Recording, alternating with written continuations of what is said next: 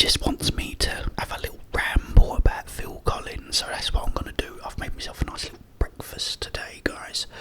I've got some fried eggs and some bacon with a little bit of salad there as well. So I'm going to eat that while I ramble about the one and only Mr. Phil Collins. Right, Phil Collins is telling me to have a drink. He's saying, Jeff, you ain't done your drink yet, mate. Well, I've got a ZX cola. Do you want me to get you a cola?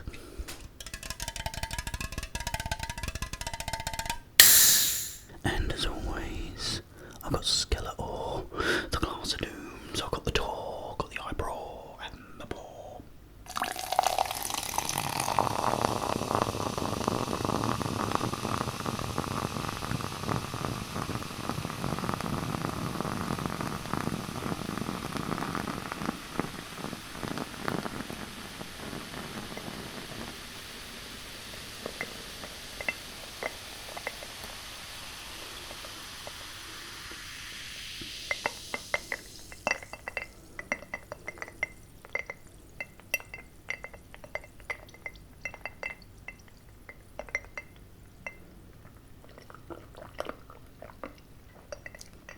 Now, do you like Phil Collins? Right, Phil Collins was born, I think, in 1951. I think, don't hold me to that, but I'm sure that's when he was born. And I think he started off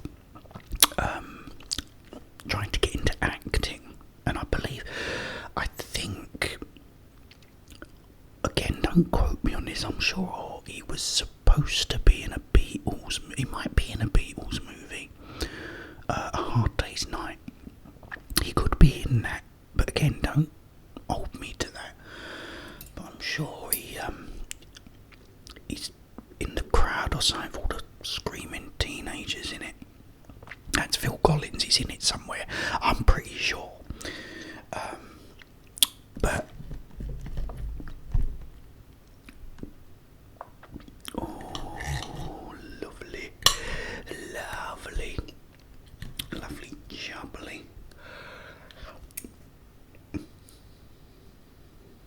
I'm so tired of dropping my food every time. Right, don't you dare fall off.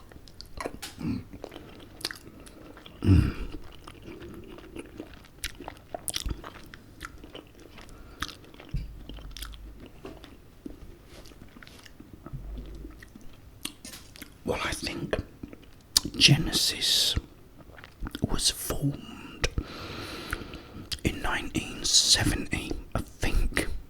Or they signed a deal in I think they signed a deal, didn't they? Because they'd made them way before that, albums. But anyway, I think it was on that one that Phil Collins then joined them. He joined Genesis. Let's see if I can not drop this.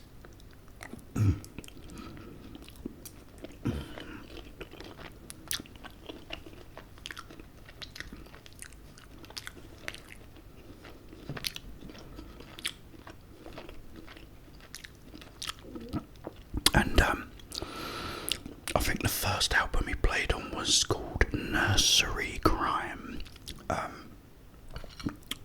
As the drummer. But he also did do like backing vocals too.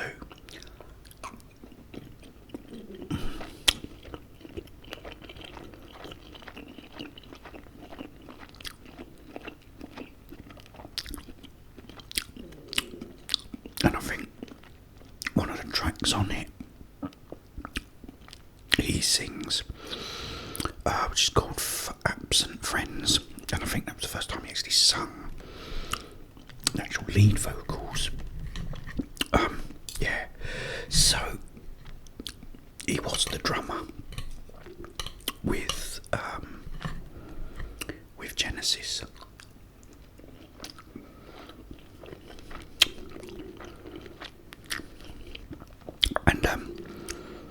did occasionally sing proper vocals on Selling England by the Pound from 1973. He sang More For Me on that. He also played on Brian Eno's albums and a lot of other people, I think, at the time.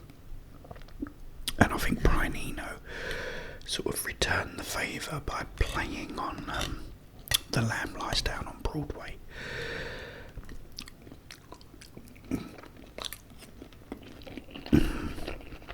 But then when Peter Gabriel left, I think that was in 1975, Phil then took over as the main vocalist.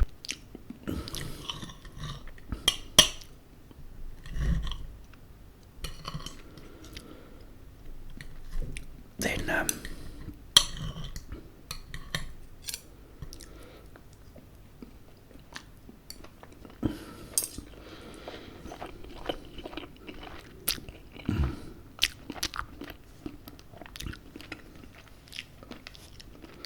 I think the first boat was the first one, A Trick of the Tail, I think. That was the one without Peter Gabriel.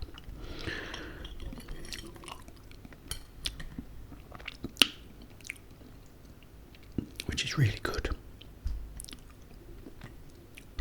Oh, please don't fall off.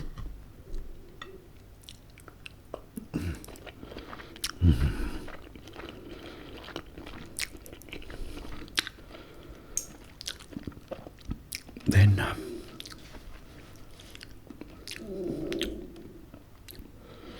Steve Hackett left the band, and they decided to carry on as a three-piece. And then their next album was sort of titled, And Then There Were Three. So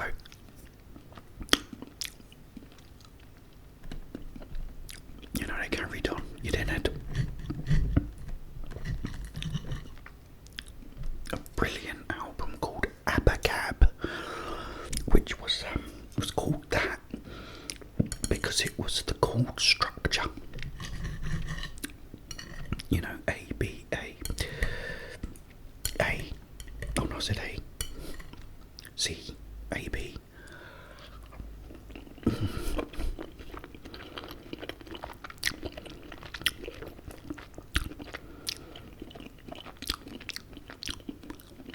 Anyway, after that, I think they made, I can't remember if Duke until his next album, Duke. I think Duke was after Abacab, or was Abacab after Duke? I can't remember now. But anyway, after Duke, he started recording a solo album. And he started recording it in his little 8-track demo studio which he had.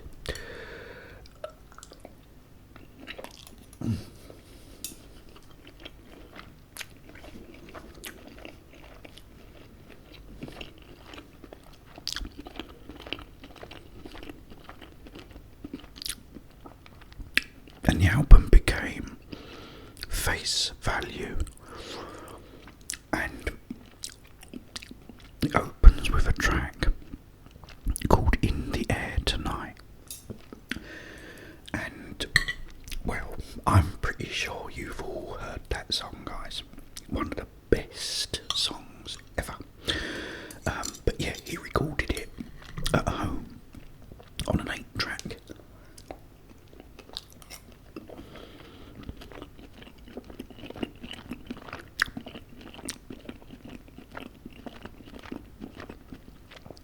Then took it into a proper studio and recorded the rest of it.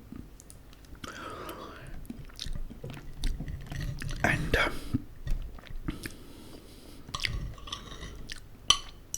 it's an absolutely amazing song and track.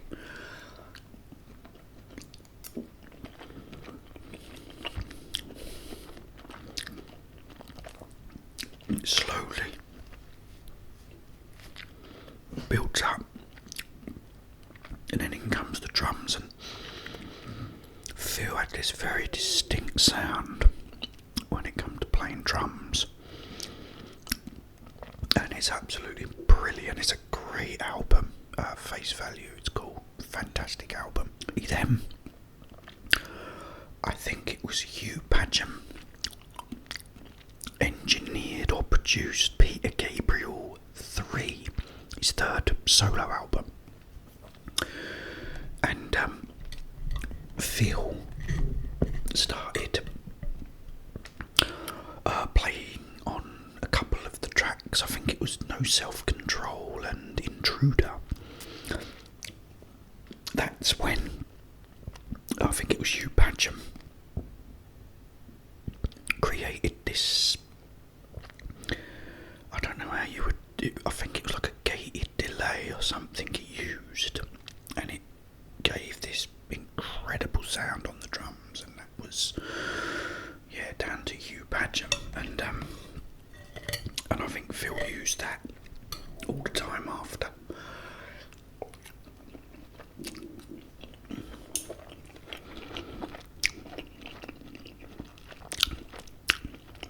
Then I think he went back to Genesis, and then it was Abacab. So I think it was Duke, then Abacab. Okay, hopefully I'm right. If not, you can always, just tell me I'm wrong. That's not right, Jeff, actually. Well, this is from what I remember.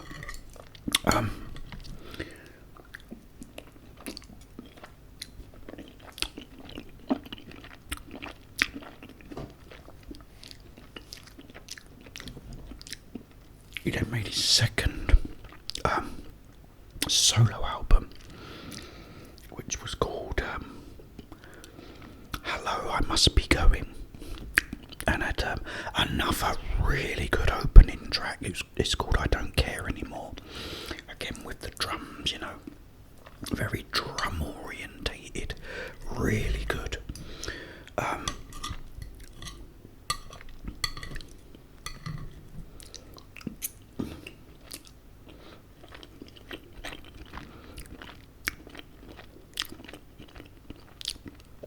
He also, I think he went to #1 with a cover. He did a cover of the Supremes' Can't Hurry Love, and in the video it's like 3 of him singing the song. Great song, great cover, and I think it went to #1, I'm sure. He then played drums in 1983 for Adamant. I like Adamant, and it was his second solo album, I think, called Strip, and Hugh Padgham, I think, produced it,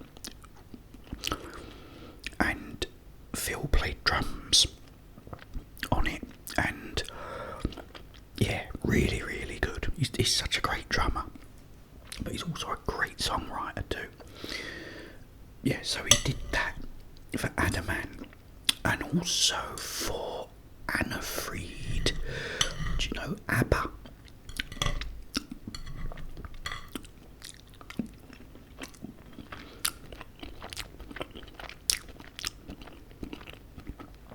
Anna Fried from ABBA, the one with the sort of brown, red hair, made an album. I think it was called Frida.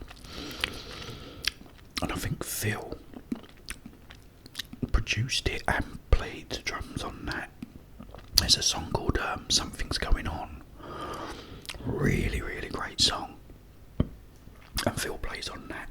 Then came probably my favourite album of his, and that is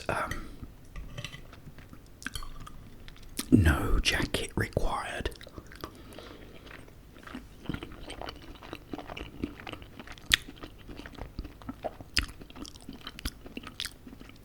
absolutely love it. It had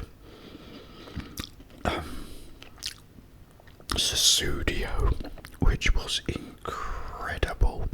I mean, the way that opens. And now also I have embedded in my head the scene from American Psycho and what goes on playing that song. Yes, Susudio, there was One More Night. Ricky, Don't Lose My Number. Ricky, Don't Lose My Number. No, it's Billy. And it Don't Lose My Number. Ricky, Don't Lose My Number is Steely Dan. See, I'm getting confused. You see that? I'm getting old. Don't Lose My Number. Take Me Home. The album is my absolute favourite, guys. Without a doubt.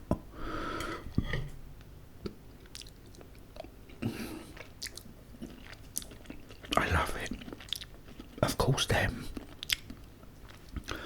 In 1985, Phil did Live Aid, but he did something really special. He played at Wembley Stadium, then got into, was it a helicopter or a jet, and then flew over to America, where they continued the show, and then performed in America as well. I don't think anyone had ever done that before, not in the same day, which was brilliant. He then did, I'm not sure what come first, but The Who did Tommy. Can't remember the year, 88, 89. I can't remember, but Phil was Uncle Ernie, and it's brilliant. Love that album. It's another great album, and a good film too. But yeah, they did it live, and Phil was Uncle Ernie in it.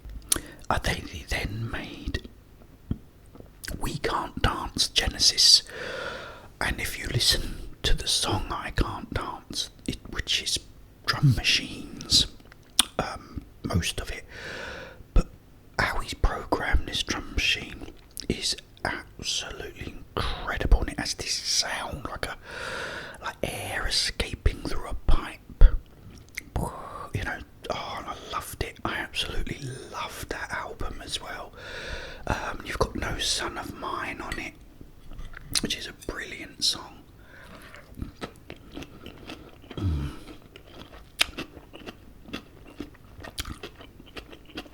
And of course, you know, the amazing song Jesus He Knows Me, that was covered by another great band called Ghost.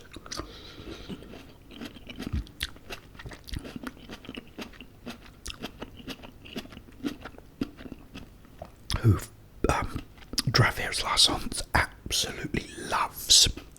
She loves Ghost. Really good band, and they did a cover of that one.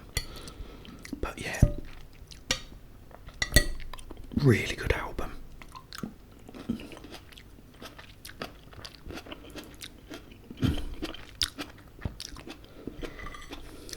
I did this more just for show, a bit of garnish, really, but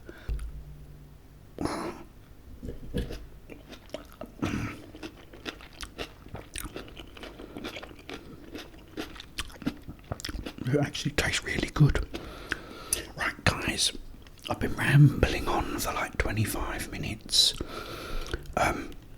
So what I might do, because there's still way more,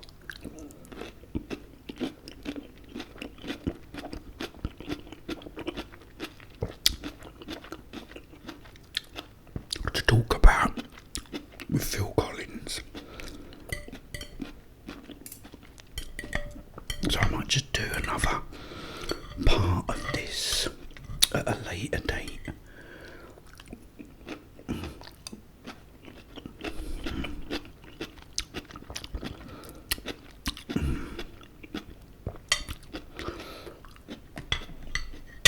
Yeah, that's what I'll do.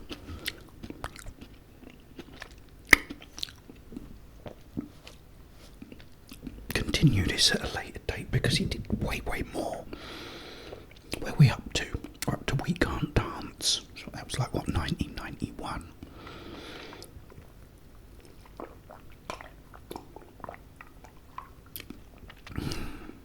sure you're going to want more of this, which I'll gladly do in another video at a later date, okay? Remind me if I forget.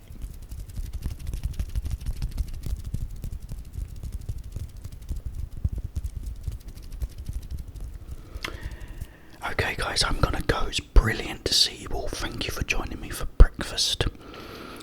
I will be back very soon with a lot more videos. But in the meantime, have yourself